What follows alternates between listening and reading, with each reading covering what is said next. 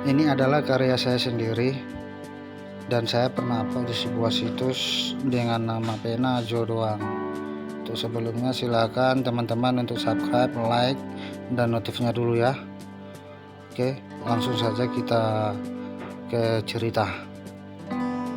Topografi pulau ini secara umum berupa pulau bertebing dan sebagian kecil berpasir putih. Vegetasi yang tumbuh didominasi oleh tanaman tingkat tinggi. Pulau ini terletak dari pesisir pantai barat Pulau Sumatera. Jika dilihat dari seberang lautan, pulau ini terlihat seperti berbentuk piramid yang ada di Mesir.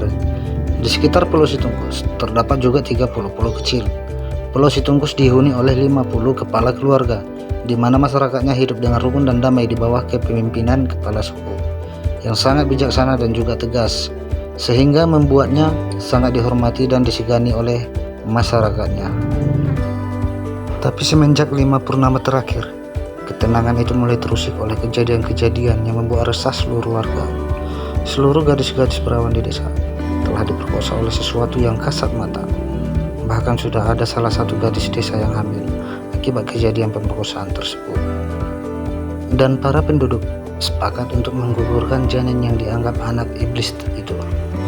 Tapi suatu keanehan terjadi. Setiap dukun atau tabib yang hendak menggugurkan janin hasil dari pemerkosaan makhluk gaib itu selalu gagal. Hanya baru menyentuh perut si ibu janin, tangan mereka tiba-tiba lemas. Semenit kemudian kulit tangan mereka melepuh, seperti disiram air yang sangat mendidih. Hingga sore hari itu, saat matahari mulai perlahan menghilang di ufuk barat, si kepala suku memanggil tetua adat untuk berkumpul di rumahnya guna membahas kejadian yang cukup aneh dan membuat para warga risau dan ketakutan, terutama gadis-gadis yang belum menikah. Ini tidak bisa dibiarkan, kata kepala suku di depan 3 orang tetua adat yang sudah berkumpul di rumahnya. Tapi apa yang harus kita lakukan, sedangkan kita tidak tahu pelakunya siapa? Kata tetua adat yang berbadan kurus dengan rambut yang sudah memutih seluruhnya. Ada satu cara. Di pulau sebelah selatan ada pertapa yang sakti. Aku sangat yakin hanya dia jalan keluar satu-satunya untuk masalah kita ini.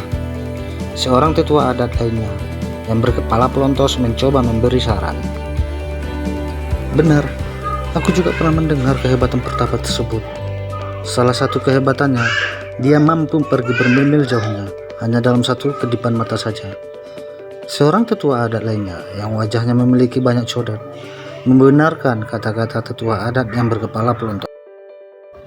Kepala suku menatap ke arah para tetua adat yang sedang menunggu keputusannya. Sesaat kemudian kepala suku menundukkan kepala. Dia mencoba berpikir dan menimbang-nimbang saran dari para tetua adat. Apa yang telah disampaikan oleh para tetua adat adalah benar adanya.